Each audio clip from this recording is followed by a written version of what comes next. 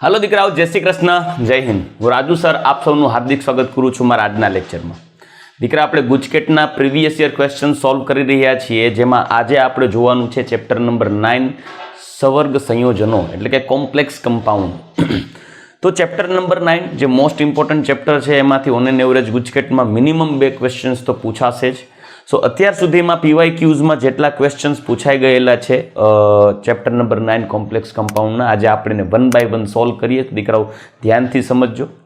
સૌપ્રથમ તમારે શું કરવાનું છે, તમારી સમક્ષ ક્વેશ્ચન આવે છે, તમે પહેલાં વિડીયો પોઝ કરો છે, ક્વેશ્ચન રીડ કરો, તમારી રીતે સોલ્વ કરો, થઈ ગયો ઇટ ઇઝ ઓકે, પછી તમે એનું સોલ્યુશન જુઓ તો વધારે તમારું માઇન્ડ ક્વેશ્ચન સોલ્વ કરવા માટે રેડી થશે, મતલબ કે એને પ્રેક્ટિસ પડશે। અને કેવું છે કે જેટલી પ્રેક્ટિસ મેક્સિમમ થશે એટલું જ તમારું પેપર ઇઝી જશે, એટલા જ તમને ક્વેશ્ચન ફટાફટ સોલ્વ કરવાની ટેકનિક આવશે, રાઈટ? કેમ કે આમાં MCQમાં સ્પીડ બહુ મહત્વનું ફેક્ટર છે, સ્પીડ વધારવા માટે તમારે પ્રેક્ટિસ જ વધારવી પડશે। So let S C, first of all start કરીએ આપણે સવર્ગ સંયોજનોમાં ક્વેશ્ચન નંબર 1, સોડિયમ નાઇટ્રોપ્રુસાઇડનું IUPAC નામ। એકચ્યુઅલી આ NCERTમાં સોડિયમ નાઇટ્રોપ્રુસાઇડ લખેલું નથી, પણ એક સંયોજન આપેલું છે જેનું સોડિયમ નાઇટ્રોપ્રુસાઇડ લખેલું નથી, પણ મેં ભણાવ્યું છે, એમાં કીધેલું છે કે એકવાર ગુજકેટમાં પૂછાઈ ગયેલો છે સોડિયમ નાઇટ્રોપ્રુસાઇડનું IUPAC નામ। હવે એકચ્યુઅલી સોડિયમ નાઇટ્રોપ્રુસાઇડ છે ને આવું છે,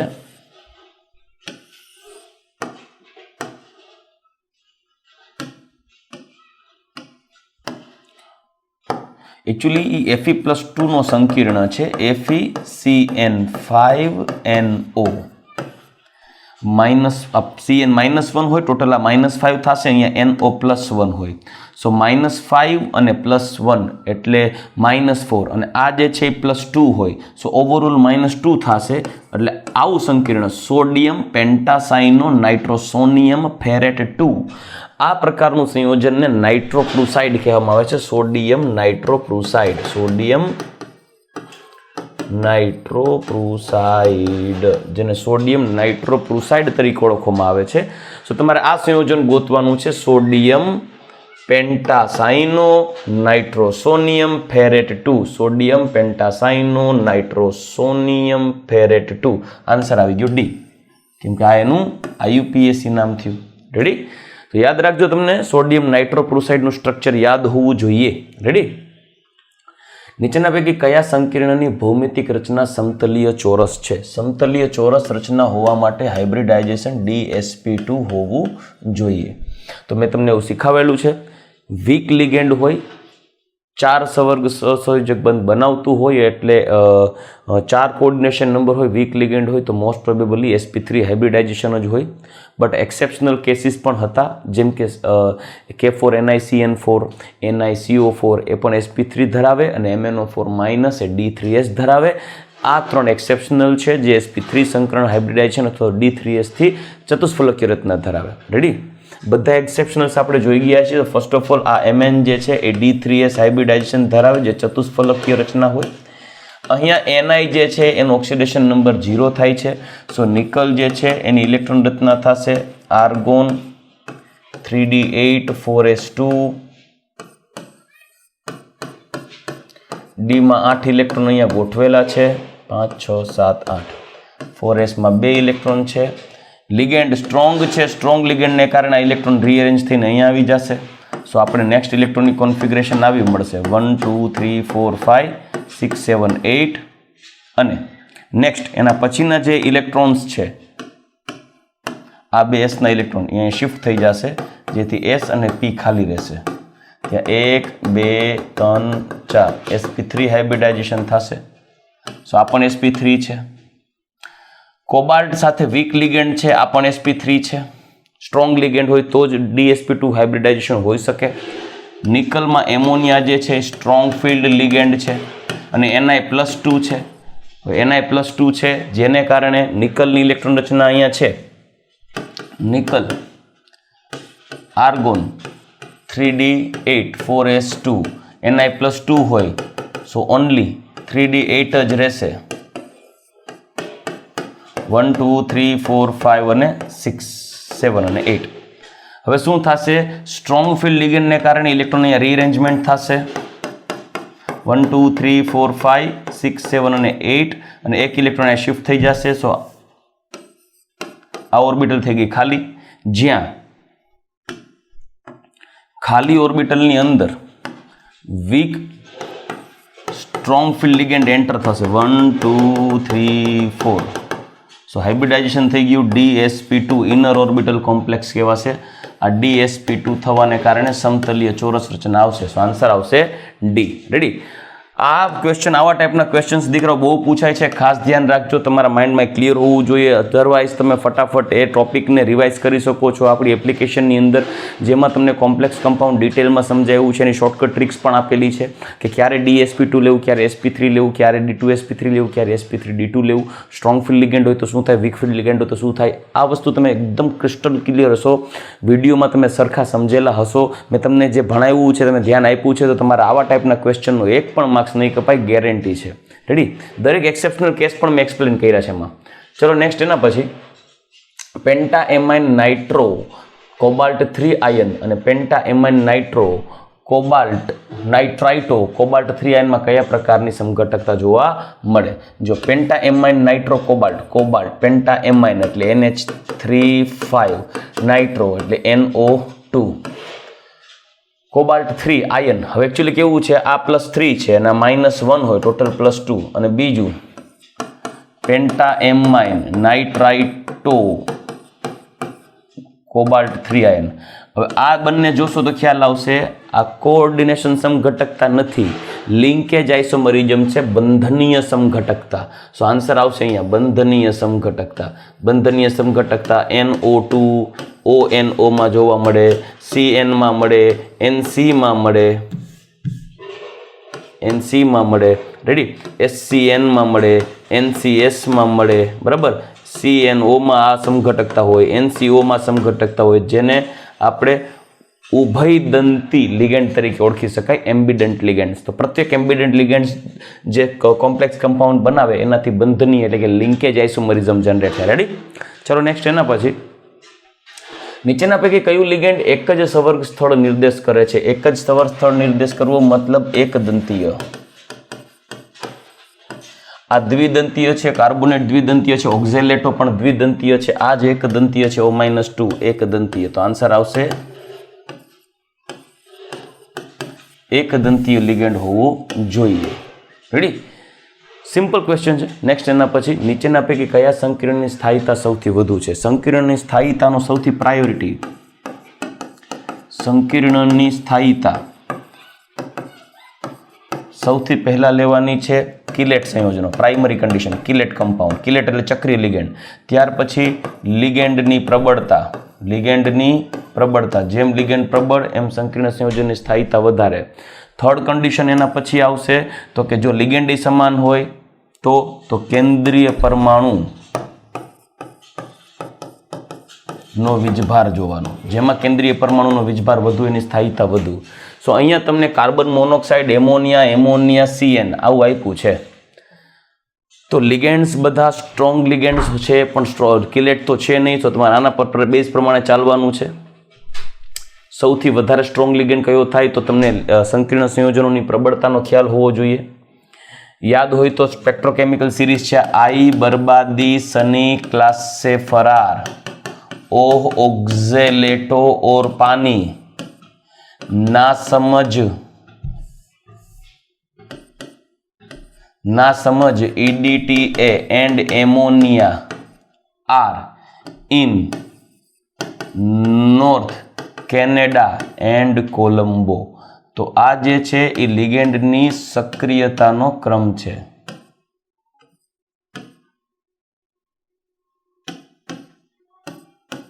लिगेंडनी प्रबળતાનો ક્રમ છે. સૌથી વધુ પ્રબળ લિગેન્ડ કયો થવો જોઈએ? આપ જોઈ શકો છો north Canada and Colombo.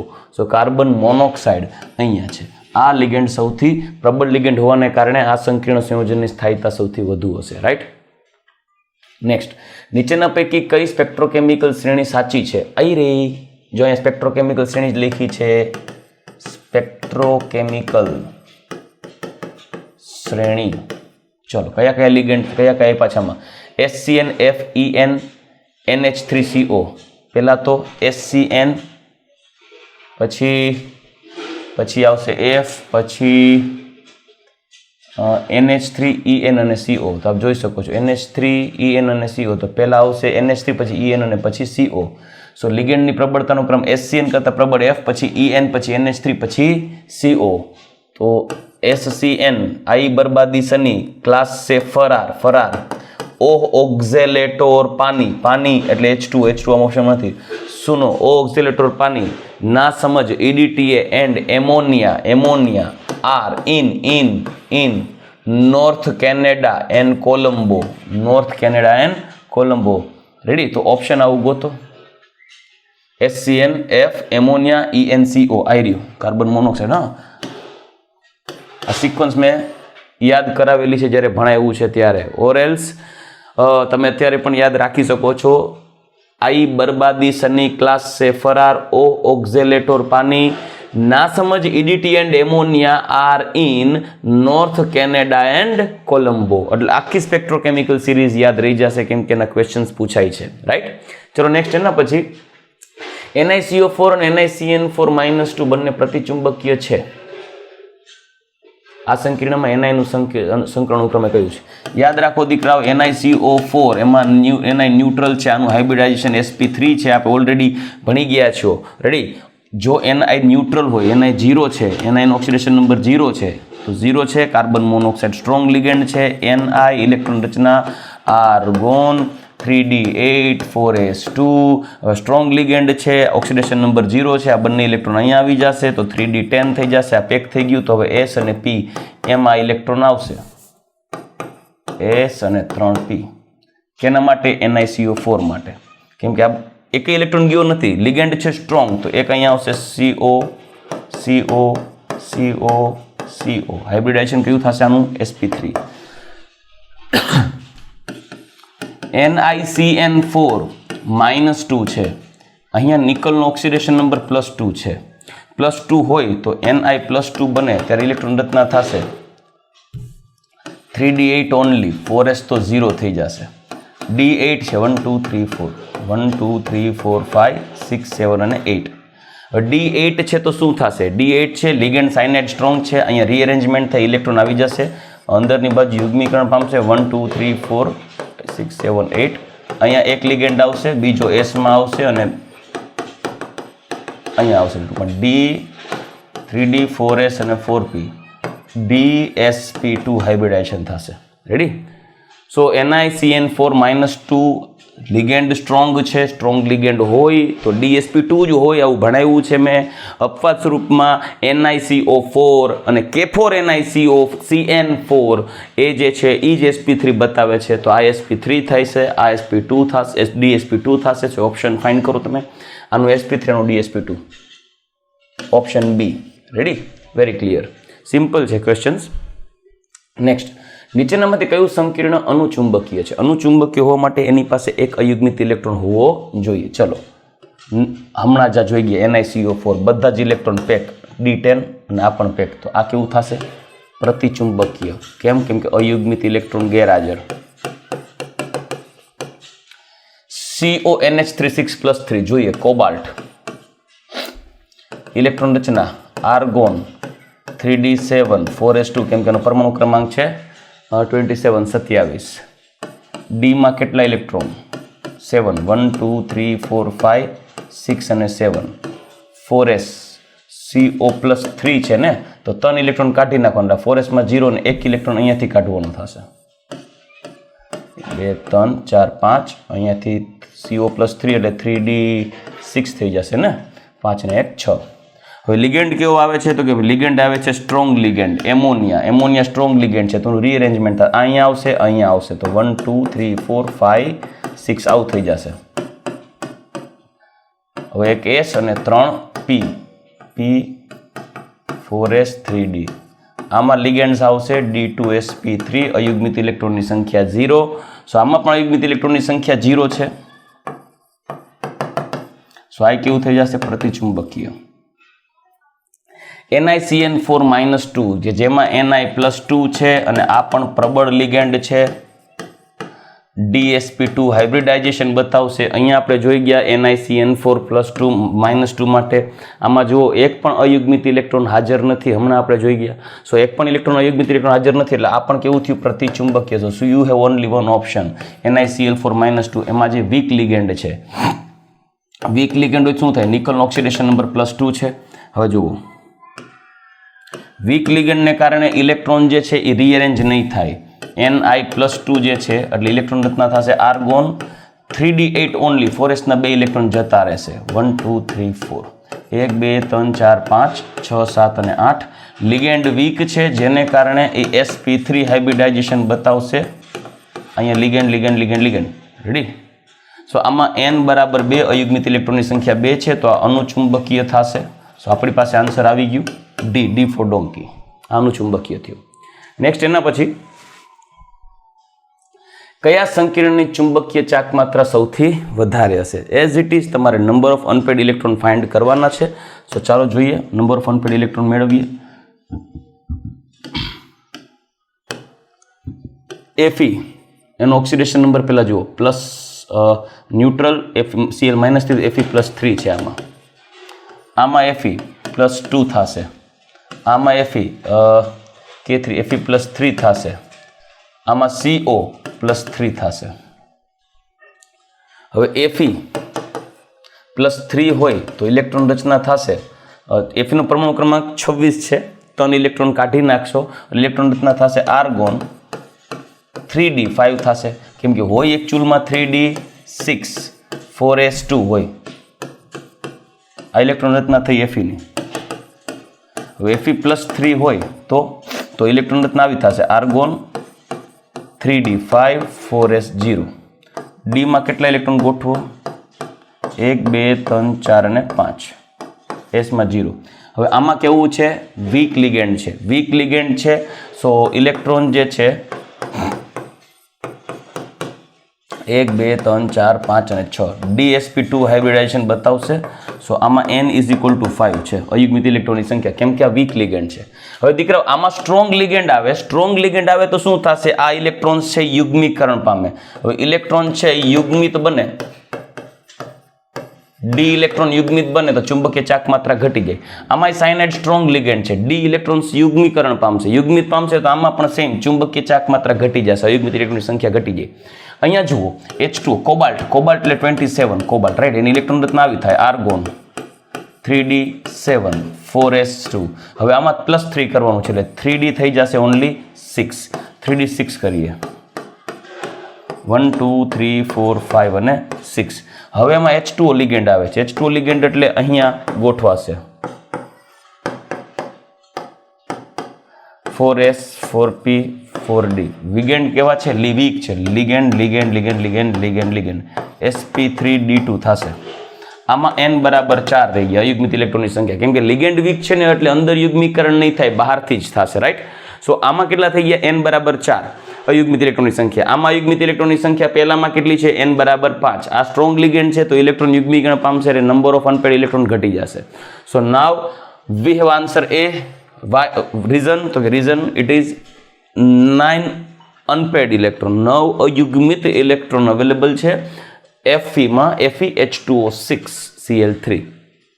So maximum ચુંબકીય ચાક માત્રા A ની વધારે હશે. કેમ કે જેમ અયુગ્મિત ઇલેક્ટ્રોનની સંખ્યા વધારે એમ ચુંબકીય ચાક માત્રા વધારે. નેક્સ્ટ એના પછી કયા સંકીર્ણના 1 લિટર 0.1 મોલર જલીય દ્રાવણમાં 0.1 મોલર AgNO3 નું દ્રાવણ ઉમેરતા 18.8 ગ્રામ અવક્ષેપ મળે? Okay, so first of all મારી પાસે AgCl એક સંકીર્ણ છે, એનું 1 લિટર 0.1 મોલર દ્રાવણ છે. એમાં 0.1 મોલર AgNO3 એડ કરું છું. એમાં AgX સંકીર્ણ અવક્ષેપ મળશે.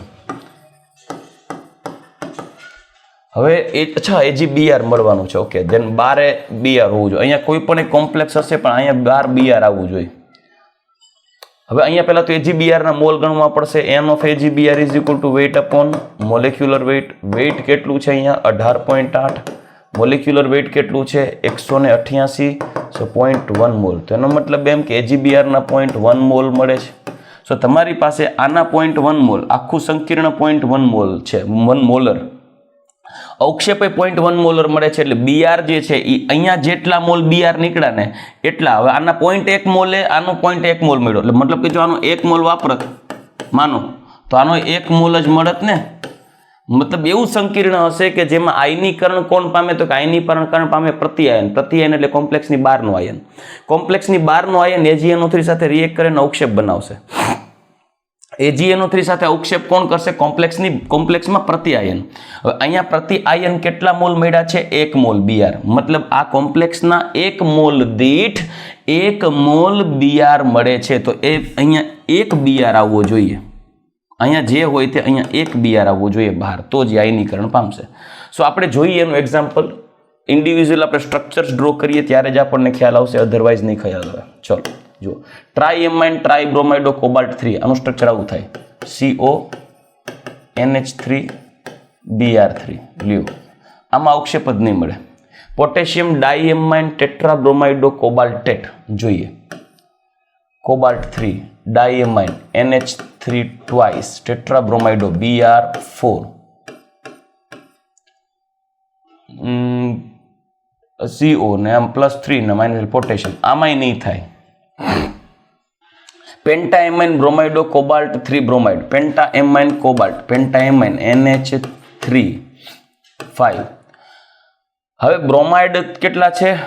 બ્રોમાઇડો પેન્ટાએમાઇન બ્રોમાઇડો એટલે 1 બીઆર અહીંયા છે. હવે આનો ઓક્સિડેશન નંબર +3 છે કોબાલ્ટનો, એટલે +3 -1 એટલે અહીં શું આવશે? Br2. કેમ કે -3 +3 તો જ બેલેન્સ થશે. સો આમાં શું મળવું જોઈએ? 2 AgBr મળવા જોઈએ. પણ પ્રશ્નમાં તો તમને 1 AgBr જ કીધો છે. સો હવે આ ઓપ્શન જોઈએ. કોબાલ્ટ 3 ટેટ્રાએમાઇન એટલે NH3 ડાયબ્રોમાઇડો Br2 આ +3 છે. આ બે થઈને -2 થશે. આ તો ન્યુટ્રલ હોય તો ઓવરઓલ +1 એટલે 1 બીઆર આવી ગયો answer.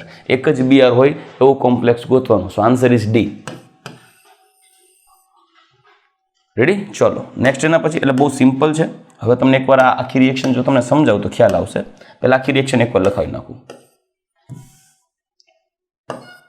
CONH3 5 Br2 Br plus AgNO3 it gives CONH3 5 Br2 NO3 plus AgBr. આના 0.1 મોલર દીઠ આના 0.1 મોલર જ મળ્યા. એ તો ગણતરી પ્રમાણે મળ્યું, પ્રશ્નમાં આપ્યું જ છે.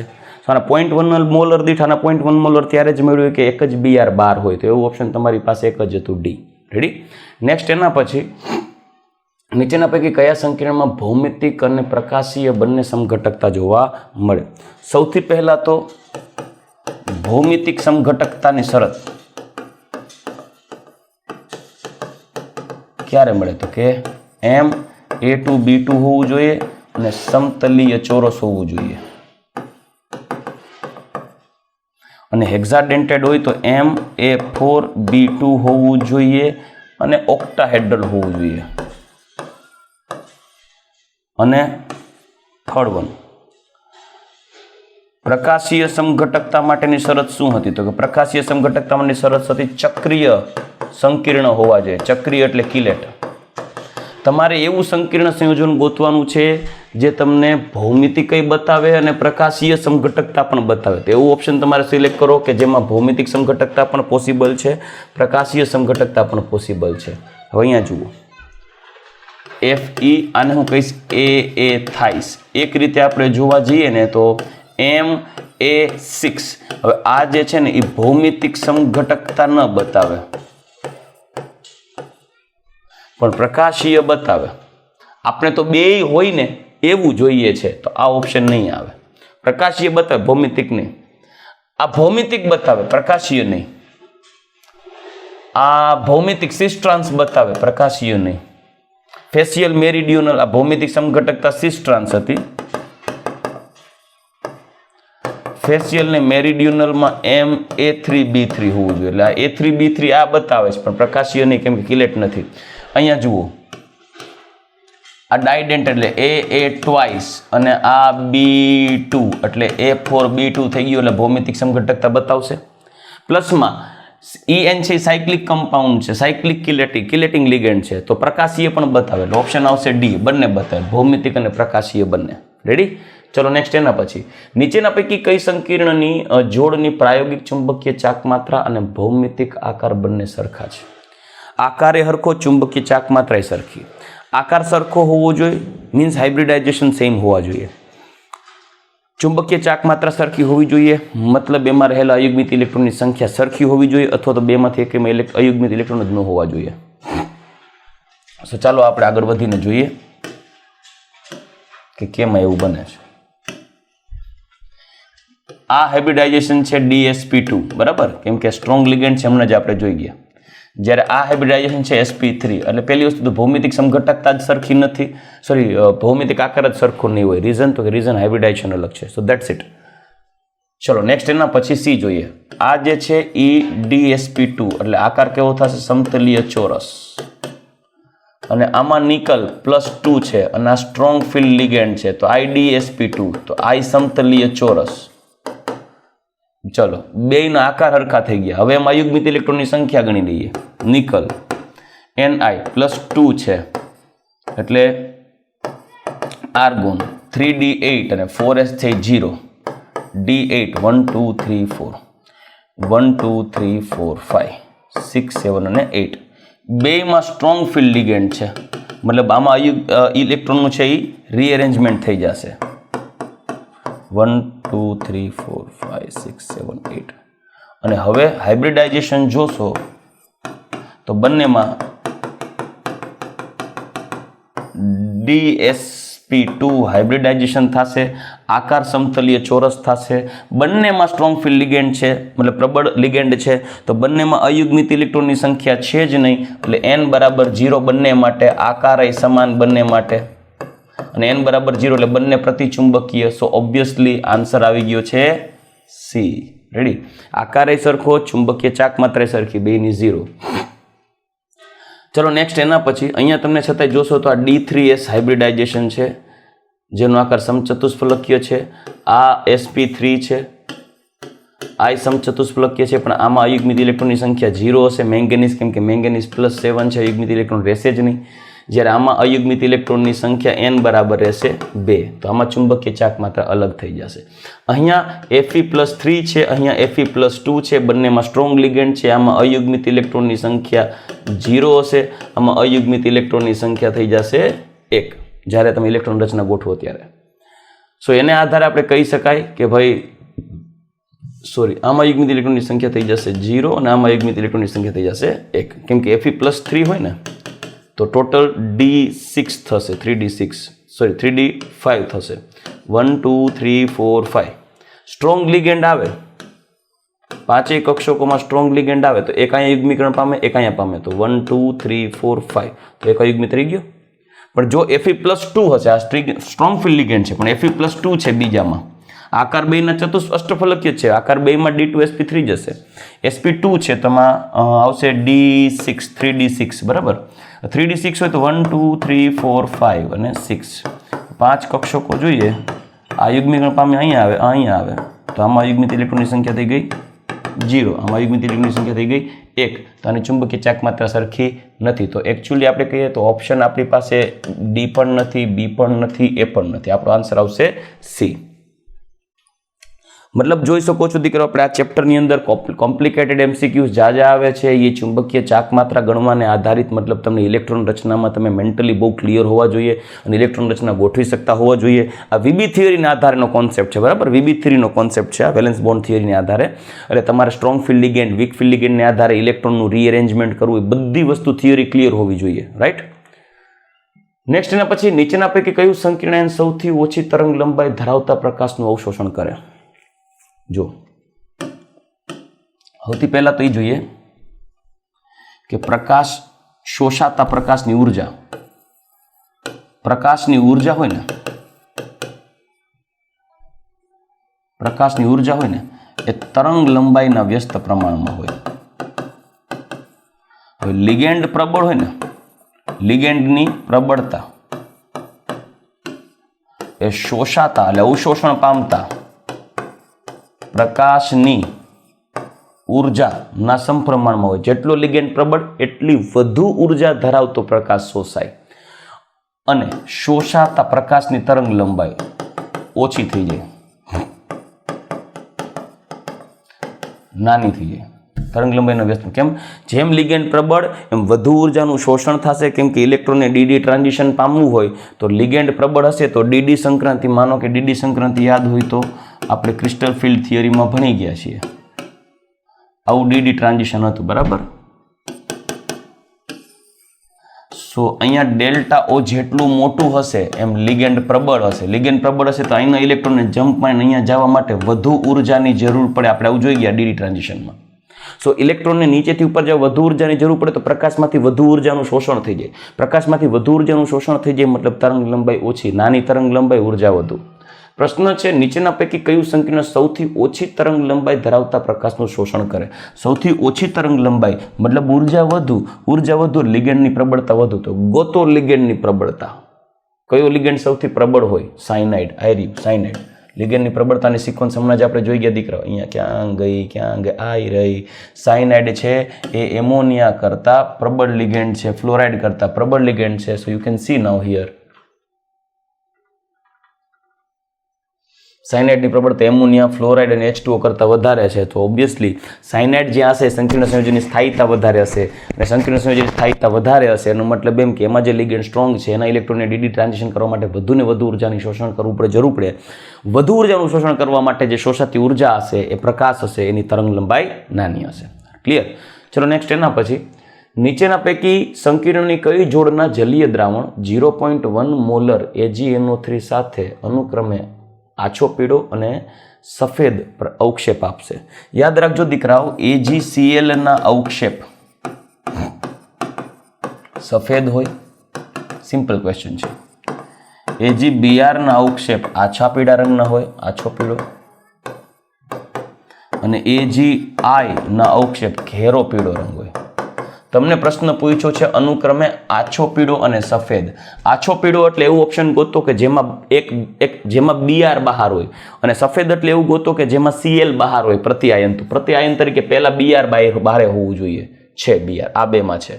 અહીંયા નથી એટલે કેન્સલ. અનુક્રમે પૂછ્યું ને, પહેલા પીળો આછો પીળો પછી સફેદ, પહેલા Br પછી સફેદ માટે Cl નથી, અહીંયા Cl છે. સો આન્સર ઇઝ C. તો બહુ સહેલો ક્વેશ્ચન છે. રેડી? ચલો નેક્સ્ટ. એના પછી નીચેના પૈકી કયું વિધાન સાચું છે જોઈએ. સાચું વિધાન પસંદ કરીએ.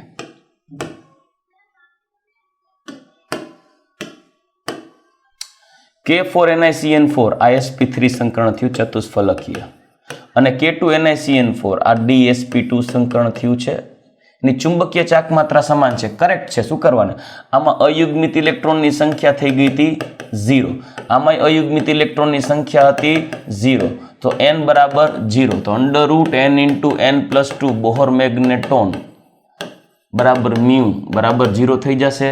આનું પ્રૂફ ચાલો તમને બતાવું. હમણાં જ આપણે જોઈ ગયા છીએ. આઈ રહ્યું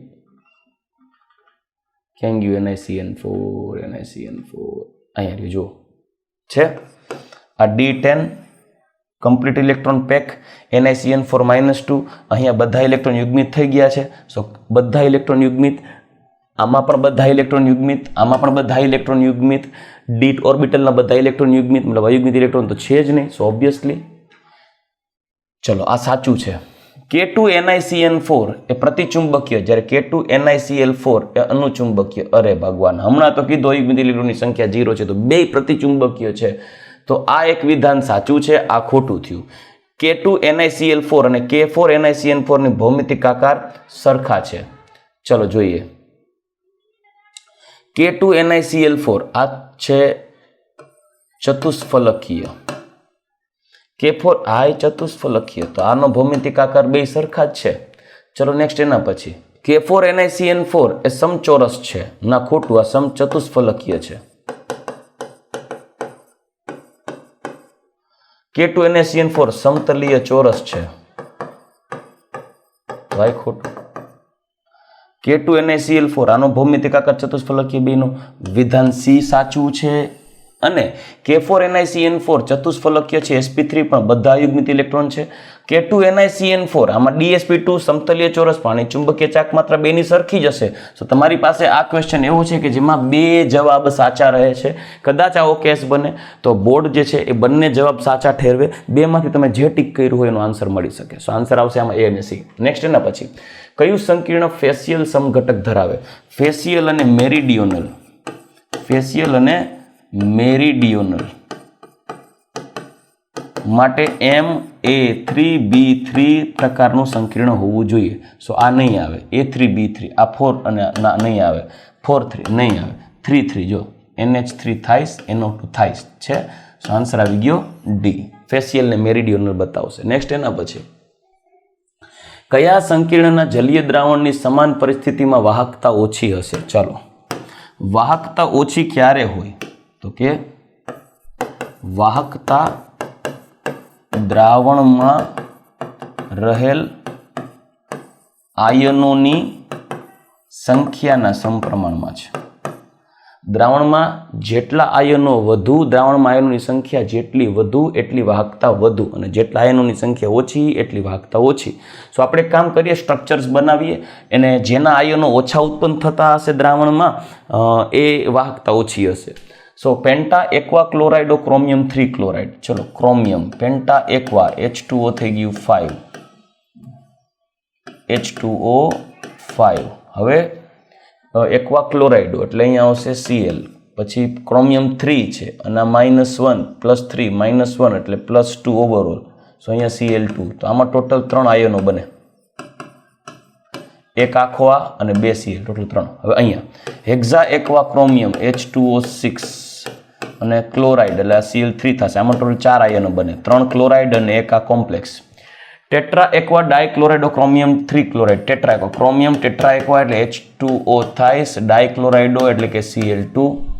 ટેટ્રા એક્વા ડાયક્લોરાઇડો એટલે અહીંયા Cr+3 છે, આ -2 એટલે Cl1 એટલે આમાં 2 આયનો બનશે, એક કોમ્પ્લેક્સ આયન એક Cl.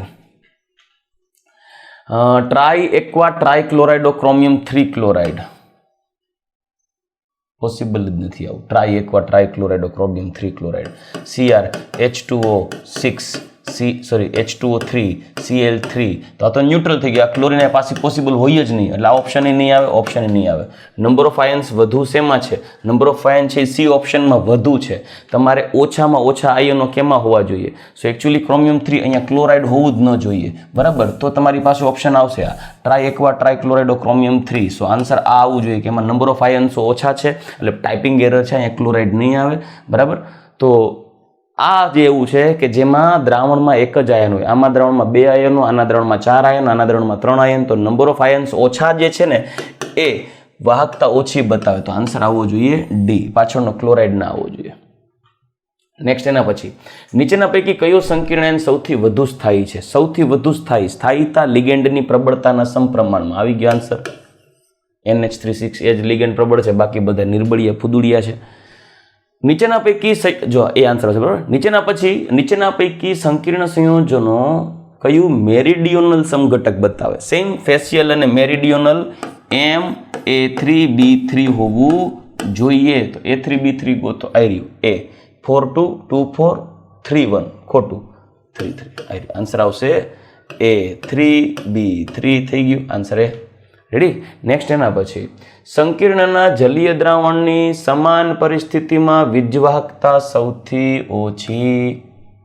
ચલો સૌથી વધુ એટલે હમણાં જ આપણે જોઈ ગયા જેમાં આયનોની સંખ્યા વધારે એની વાહકતા વધારે. તો આપણે આયનોની સંખ્યા ગણવી પડશે. સ્ટ્રક્ચર બનાવી. Hexa aqua cobalt 3 chloride. CO H2O6 cobalt 3 chloride એટલે Cl3. ટોટલ આયનો કેટલા થશે? અહીંયા +3 છે ને, તો આ 3 થઈ જશે. ટોટલ આયનો સંખ્યા થઈ જાય 4 આયન. અહીંયા જોઈએ tetra aqua chlorido cobalt. Tetra aqua એટલે H2O6 chloride dichlorido Cl2. So +3 -2 overall અહીંયા પ્લસ આવશે એટલે Cl. અહીંયા 2 ion. Tri aqua trichlorido cobalt 3. Tri aqua trichlorido cobalt 3. આમાં એક જ આયન આવશે, પોતે એકલું જ. ઘટકોની સંખ્યા એક જ. Penta aqua chlorido cobalt 3 chloride, penta aqua cobalt H2O 5 Cl +3 છે -1 Cl2 ટોટલ આયનોની સંખ્યા થઈ જશે 3. સૌથી વધુ વાહકતા જોતી હોય તો નંબર ઓફ આયન્સ વધારે હોવા જોઈએ. આમાં 2, આમાં 3, આમાં 1 જ ને આમાં 4. તો આન્સર આવશે A. સિમ્પલ. તમારે સ્ટ્રક્ચર, નામ ઉપરથી સ્ટ્રક્ચર કે સ્ટ્રક્ચર ઉપરથી નામ બનાવવું પડે, એના ઉપરથી તમે આ ડિસિઝન લઈ શકો. હેક્ઝાએમાઇન કોબાલ્ટ 3 હેક્ઝાસાયનાઇડો ક્રોમેટ 3. ચલો હેક્ઝાએમાઇન કોબાલ્ટ 3 એટલે CONH36 કોબાલ્ટ આ +3 છે. હેક્ઝાસાયનાઇડો ક્રોમેટ 3 સંકીર્ણ એટલે ક્રોમેટ CN6 એટલે આ +3. તો ઓવરઓલ -3 +3 બેલેન્સ. કયા પ્રકારની સમઘટકતા જોવા મળે? તો ઓબ્વિયસલી આમાં સાયનાઇડ અને આમાં NH થી તમે એક્સચેન્જ કરી શકો છો, અને એ પ્રકારની જે સમઘટકતા છે જેને કોઓર્ડિનેશન સમઘટકતા એટલે કે સવર્ગ સમઘટકતા આપણે કહી શકાય. તો તમારું ઓપ્શન એવું ગોતવાનું છે સવર્ગ સમઘટકતા. જો દ્રાવક મિશ્રણ સમઘટકતામાં H2O એક્સચેન્જ કરવાના, આયનીકરણ સમઘટકતામાં બહારનો આયન અંદર લઈ આવવાનો, બંધન સમઘટકતામાં એમ્બિડન્ટ લિગેન્ડ હોય. તો ઓબ્વિયસલી બે કોઓર્ડિનેશન સાઇટ છે એક્સચેન્જ કરશે તો કોઓર્ડિનેશન આઇસોમરિઝમ એટલે સવર્ગ સમઘટકતા આવશે. નેક્સ્ટ, નીચેના પૈકી કયું સંકીર્ણ પ્રકાશની મહત્તમ તરંગ લંબાઈ અવશોષણ કરે?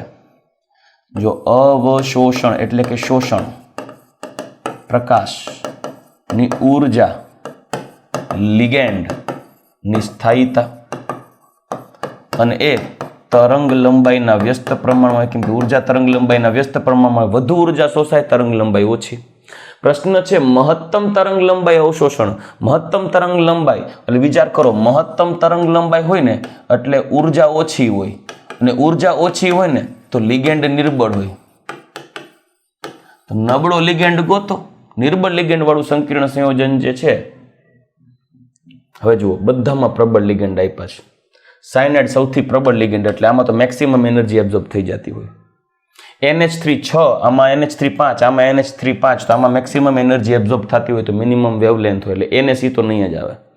હવે આની વાત આવે, સર 5 પ્રબળ 1 નિર્બળ, 5 પ્રબળ 1 નિર્બળ, ચલો રેડી.